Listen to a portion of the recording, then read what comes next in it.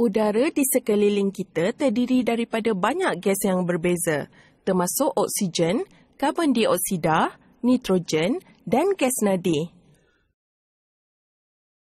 Oksigen dan karbon dioksida adalah sangat penting untuk kewujudan organisma hidup. Jumlah gas-gas ini di dalam atmosfera dikawal oleh kita karbon dan kita oksigen. Kita karbon adalah kita yang mengawal jumlah karbon dioksida dalam atmosfera dengan mengambil karbon dioksida dari udara dan membebaskannya semula ke udara.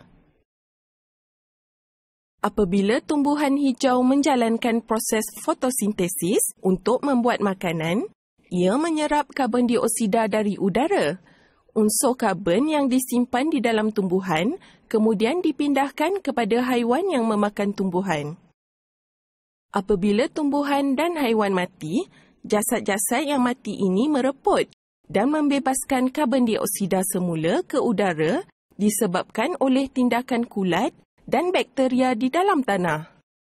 Di samping itu, semua organisma hidup, termasuk tumbuhan dan haiwan, membebaskan karbon dioksida ke udara melalui proses respirasi sepanjang hidupnya. Selepas tempoh masa yang panjang, jasad-jasad organisma mati menjadi bahan api fosil yang digunakan oleh kilang-kilang, stesen-stesen jana kuasa dan kenderaan. Pembakaran bahan api fosil juga membebaskan karbon dioksida ke udara.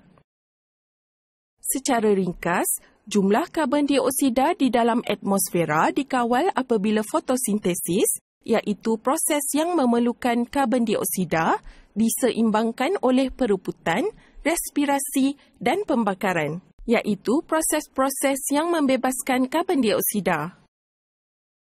Sebaliknya, kita oksigen juga mengawal jumlah oksigen di dalam atmosfera secara berterusan dengan mengambil oksigen dari udara dan membebaskannya semula ke udara.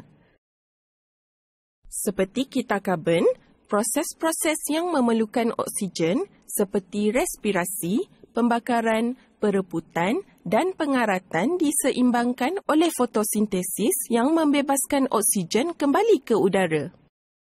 Banyak aktiviti manusia seperti pembalakan haram dan penggunaan racun perosak yang berleluasa mengganggu kita karbon dan kita oksigen.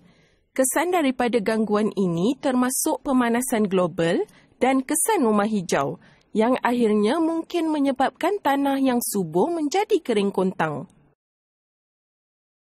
Cara-cara untuk mengurangkan gangguan kepada kita karbon dan kita oksigen termasuk menanam lebih banyak pokok untuk membantu penghutanan semula, menghalang pembakaran ladang dan hutan, mencegah pembebasan asap yang berlebihan daripada kenderaan, mengelak penggunaan racun serangga yang berleluasa, mengharamkan pembalakan haram dan memperketatkan undang-undang untuk melindungi alam sekitar.